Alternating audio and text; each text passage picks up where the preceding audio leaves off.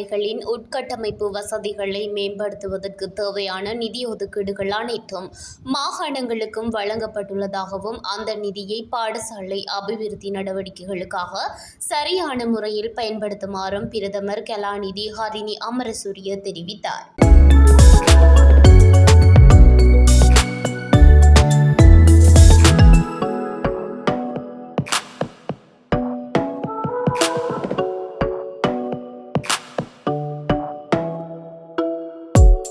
இதற்கமைய பாடசாலைகளில் காணப்படும் குறைபாடுகளை நிவர்த்தி செய்வதற்கு தேவையான கோரிக்கைகளை முன்வைக்குமாறும் அவர் கேட்டுக்கொண்டார்.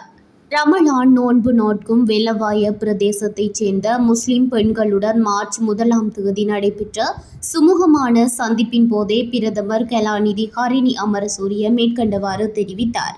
இதனைத் தொடர்ந்து ஊவா வெல்லச இரு திசைகளின் பிரதான சங்கநாயகரும் யுடகனாவ ரஜமகா விகாரையின் விகாராதிபதியுமான ராஜகீய பண்டித அதிவணக்கத்துக்குரிய கல்டெம்பத்தே நந்தரதன நாயக்க தேரரை சந்தித்த பிரதமர் புதிய கல்வி சீர்திருத்த வேலை திட்டத்தின் தற்போதைய நிலை குறித்து விளக்கமளித்தார்.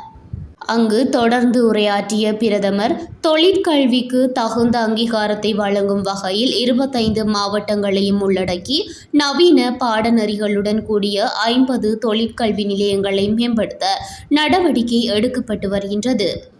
2027 ஆண்டு முதல் 6ஆம் தரத்திற்கான புதிய கல்வி சீர்திருத்தங்களை அறிமுகப்படுத்த நடவடிக்கை எடுக்கப்பட்டு வருவதோடு புதிய பாடப்புத்தகங்களை அச்சிடும் பணிகளை கல்வி அமைச்சின் வெளியீட்டு திணைக்களத்திடம் ஒப்படைக்க நடவடிக்கை எடுக்கப்படும் என தெரிவித்தார்.